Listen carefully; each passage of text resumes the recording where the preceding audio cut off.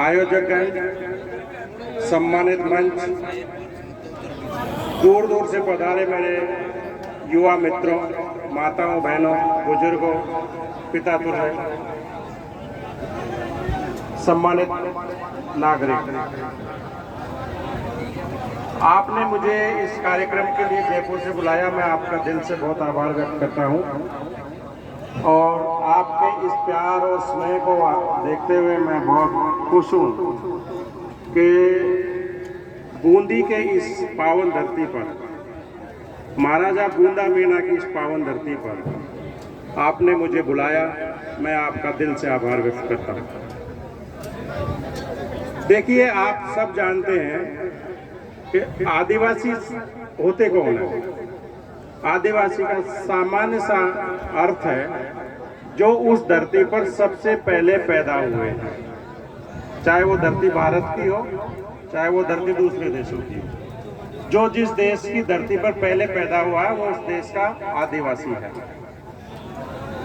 अब आप दूसरे तरीके से इसको समझिए कि ये आदिवासी दिवस के जो मनाने के लिए हम यहाँ आप सब इकट्ठे हुए हैं, इसकी जरूरत क्यों पड़ी। देखिए, आप हमारा जो मूल, हमारी जो भावना है, आप देखते होंगे हमारा एक जब शादी विवाह होता है तो आजकल तो शादी विवाह में बहुत सारी चीजें आ गई हैं, पर आपके यहाँ भी होता होगा, खेतरपाड़ होता है, केजड़ी पूजन होता है, रेवड़ी पूजन होता है। ये सब क्यों होता है? ये क्या है?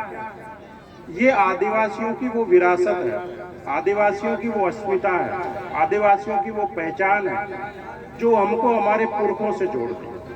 हमारे पुरखे कौन है? हमारे पुरखे हैं, आपने सिंधु घाटी सभ्यता का नाम सुना है? हाथ खड़े करके बताइए, सिंधु घाटी सभ्यता के बारे में कितने लोग जानते हैं?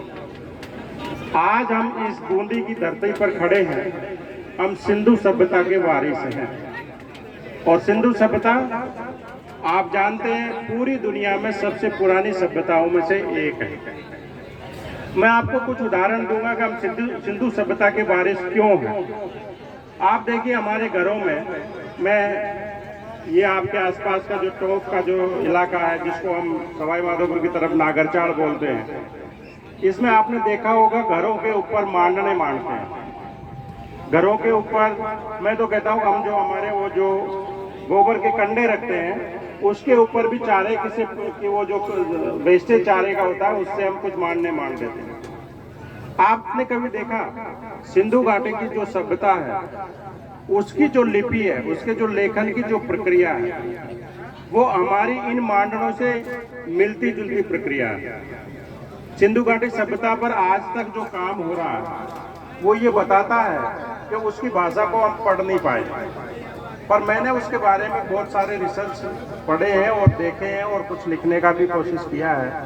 आपको मैं कुछ उदाहरण बताता हूँ। सिंधु घाटी सभ्यता में क्या होता है कि वहाँ पे डोट, जो जिसको बिंदी बोलते हैं ना हम, एक जो सफेद खड़ी की या जो भी आप कहते हैं, या लाल गेरू की, वहाँ पे एक बिंदी लगा देते हैं।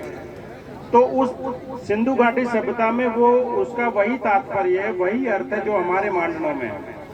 कैसे है मैं आपको बताता हूँ कि जैसे मान लीजिए हमारी ये 3 बिंदियों के डोट बनते हैं, 2 नीचे और 1 ऊपर। इसका मतलब है हमारी जीत हो रही है, हमारा झंडा लहरा रहा है।